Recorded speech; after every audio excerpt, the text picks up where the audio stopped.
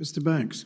Secretary Becerra, during a House Energy and Commerce Committee hearing on May 12 of last year, you were asked whether you would enforce the partial birth abortion ban of 2003, which prohibits abortion providers from murdering a child after it is born.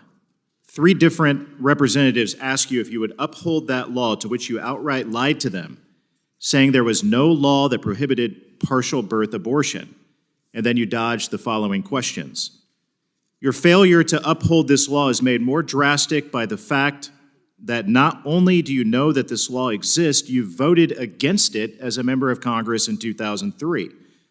When myself and 157 other members of Congress wrote you a letter about this issue in July of 2021, you showed contempt for every single member when you sent a reply, which was only 2 sentences long, and refused to acknowledge either the law or the questions at hand. So now I'm going to ask you, do you concede that partial birth abortion as defined in 18 U.S. Code Section 1531 is illegal and punishable by fine, imprisonment, or both? Congressman, I'll try to respond to this as best I can, as I did before, and that's to say to you that having been a former Attorney General, I know how important it is to not only follow the law, but enforce it. As Secretary of HHS, I will not only comply with the law, but enforce it. And when it comes to issues that sometimes we hold different and sometimes very deeply held beliefs, I will respect where people's opinion is, but my job is to make sure I'm enforcing the law. Do you concede that partial birth abortion is illegal per the law?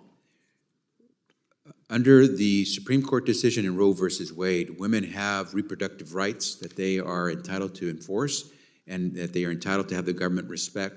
I will do everything I can to make sure a woman's rights in reproductive care are defended. So I take that as a no. You don't concede that that is the law.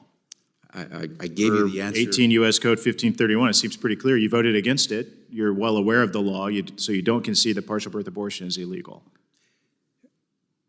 As I said, I understand that there are differences of opinion. It's a simple question. Will you commit as Secretary of the HHS to ensure that the department acts in accordance with the Supreme Court decision to uphold the ban on partial birth abortions decided in Gonzalez versus Carhart?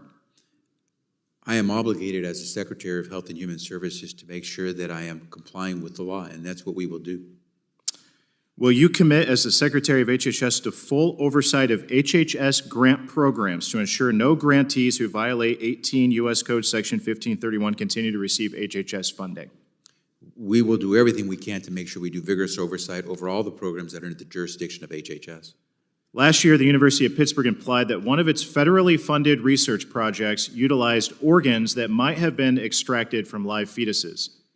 Secretary Becerra, will HHS investigate the University of Pittsburgh's grotesque violation of the partial birth abortion ban?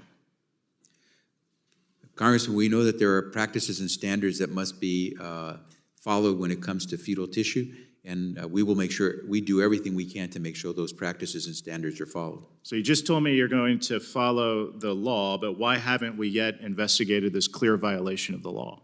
You're more than welcome to submit to us any information you have on any potential violation of the law, and we will definitely make sure that we look into it. Secretary, 157 of us sent you a letter and you gave us a non-response, so how can we be sure that you will look into this clear violation of the law? I responded to your letter, Congressman, and we will always respond to your letters as best we can. On October 4, 2021, the Department of Health and Human Services issued a final rule that allows Title X family planning funding to flow to organizations that provide elective abortion. This decision overturned a rule issued by President Trump known as the Protect Life Rule. According to a 2021 GAO report, between 2016 and 18, before the Protect Life Rule was established, Title X funds were Planned Parenthood's second largest federal funding stream at $182 million, approximately $60 million each year. Secretary Becerra, do you believe that federal taxpayer dollars should be used to fund abortion? Yes or no? Congressman, I know this issue well. I worked it when I was the Attorney General. I want to make sure that the rights of women were protected and the rights of families to receive family practice services were protected. But should taxpayers pay for it? The taxpayers have provided money for family planning. We make sure that that's... Should taxpayers pay for abortions? The taxpayer money is being used the way it should be lawfully. Simple under question, yes or Title no? Should taxpayer dollars be used to pay for abortions? 10. I think I'm responding to your question, Congressman, by telling you that we use Title 10 funds the way we're allowed to under the law. I yield back.